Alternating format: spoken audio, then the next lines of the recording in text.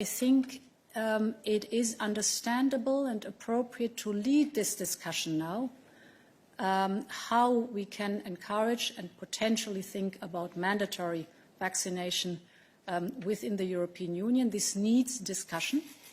This needs a common approach, but it is a discussion that I think has to be led. In the previous press conference, we showed to the world how the contracts signed between the European Union, and in particular by Ursula von der Leyen, with these vaccination companies, were released to the public and to us as members of the European Parliament.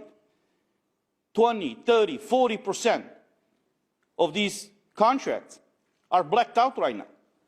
Nobody in Europe, and even us, as elected by the people for the people, do not know what these contracts exactly contain. What are the clauses in these contracts? What provisions were agreed by the Commission and on behalf of the states by the Commission? So what we've seen happening with this pandemic clearly violates Article 1 of Treaty of the European Union. This is what makes the difference between a tyranny and democracy. When you know everything about what your government does, that's democracy. When the government knows everything about you, that is tyranny.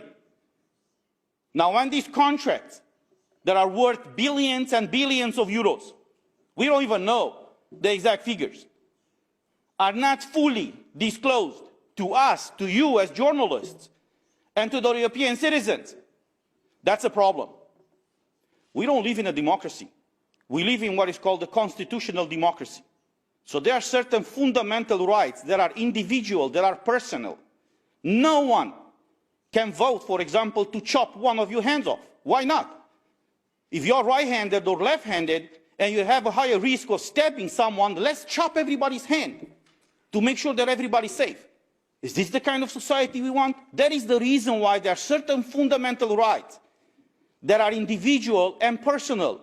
And one of such rights is the integrity of the body. No one outside of you can ever vote for you to inject something, to eat something, to do something with your body. It should be solely your will and your wish what to do with your body. It's simple as that. If we don't understand this basic principle, we don't understand how the Western world was developed. Because this is what is happening right now in China, for example, where prisoners, for example, body parts and organs are taken away from them to be given to the communist bureaucrats. Is that the kind of Europe that we want? I don't believe so. Now you mentioned that some people or some so-called experts are claiming that the non-vaccinated people are a threat to the vaccinated one. Well, let me ask you something back. Well, if they are vaccinated and these vaccines are working so well, why are they feel threatened by someone who's not vaccinated? Because that's the reason why you're vaccinated. That's the reason why you're taking a medical product, for you to be protected. Not to blame the fact that these medical products are not working as they were marketed on those that are not taking such products.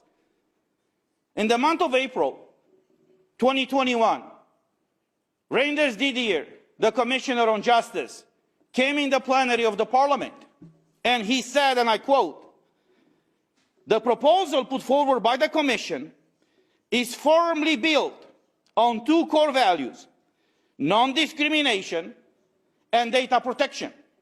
And look where we are right now. In the month of November 2021, people cannot go to work in Europe if they don't have a green certificate, and in some countries, if they are not vaccinated, even against their will, people cannot enter stores if they don't have a green certificate. People cannot travel, not between countries, but even using the local transportation, if they don't have a green certificate. In our case, we were not allowed to enter the European Parliament if we don't have a green certificate. Because someone who's vaccinated can get infected and can spread the infection, and someone who's tested can be infected after the person leaves the place of testing. So what kind of Europe do we want? a kind of Europe where the rights and liberties of every European citizen is respected, or a tyrannical Europe, as the USSR was before, where people do not have or are not acknowledged to have basic fundamental rights, but all these rights are seen by an unelected bureaucracy as privileges granted by the government. And I quote from Article 3 of the Charter of Fundamental Rights of the European Union, which states the following: rights to the integrity of a person. Everyone has the right to respect for his or her physical or mental integrity. Paragraph 2 of Article 3 says, in the fields of medicine and biology, the following must be respected in particular: the free and informed consent of the person concerned. Now, is this happening right now in Europe or not? Because what we've seen happening in Austria, for example, people will not be able to exercise basic fundamental rights unless they are vaccinated against their will. This is what is happening in more and more countries. They are not acknowledging the side effects, as my colleague said. They are not acknowledging the basic fundamental rights of the people. And we live right now, slowly but surely. We are transitioning, we are witnessing the transition of the European Union from a democracy to tyranny. Many of us, actually all of us, he's from Lithuania, he was under USSR. They are from former Yugoslavia. I'm from Romania, a former communist country. We all lived in tyranny. We know what that is. That's the reason why we are speaking up. Because we don't want the citizens of Europe to live the kind of tyranny that unfortunately we all had to go through. We see what is happening in China right now with the social credit score, where the government is monitoring and surveilling all the people from the beginning to end. Everything that they do, everything, everywhere where they walk, they control everything and they watch everything. This is the example of a tyranny. When the government knows everything about you, where you go, what you eat, where you enter, that's a tyrannical system. And we've seen this system being implemented right now under the leadership of Ursula von der Leyen, slowly but surely in the European Union. The Green Certificate was just the first step. There are a few more proposals right now under debate in the Parliament. The European Wallet ID, for example, the European Social Security Card.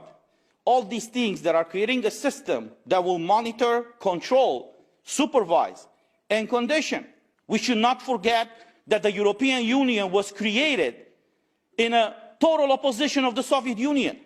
Even in the article, in the first article of the Treaty of the European Union, it says, EU, it's an area of freedom, not of control, not of condition. So, or not of mass surveillance, an area of freedom. And it's our duty and our call to fight for this. If you are a free citizen, to go at every corner and show to another citizen that you are complying with the law, this is absolutely insane.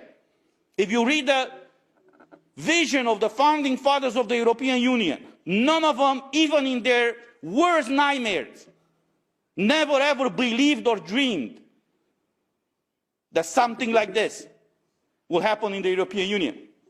So in Europe, they say, yeah, we have a huge number of cases, so we need DGC to facilitate. But in India, they don't have for months now, but they still have plans to introduce COVID certificate.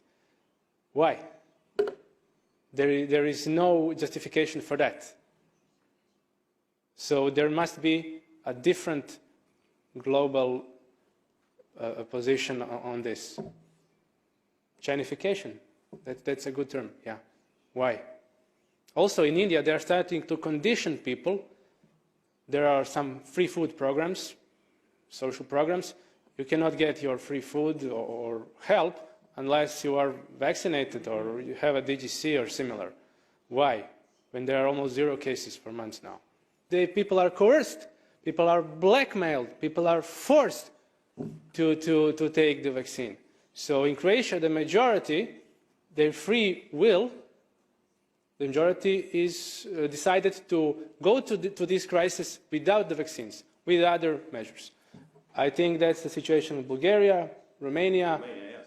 perhaps even some Western European countries. We should not coerce a certain medical product on anyone. Sir, you rightly ask about the numbers, 25,000 deaths or so in Belgium and other countries. I don't believe these numbers. That's the problem. You know, if you define the case of COVID and then resulting death as someone having a positive PCR test, that's not enough. The 18th of October ECDC guidance on how to define the case should be the basis for that. The doctor has to diagnose that you are sick, and if you have a positive test, and the PCR methodology is highly questionable in itself.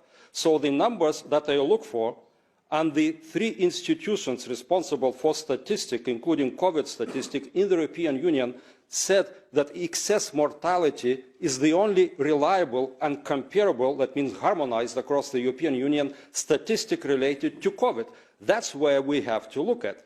And when I dig down in the age groups, I don't see any excess mortality up to age of 45 or 50, none at all. So the elderly people, the sick people with other illnesses are the risk groups. We should help them, we should protect them, and potentially we should vaccinate them. Because the vaccines, what they are, some of them experimental, you know that.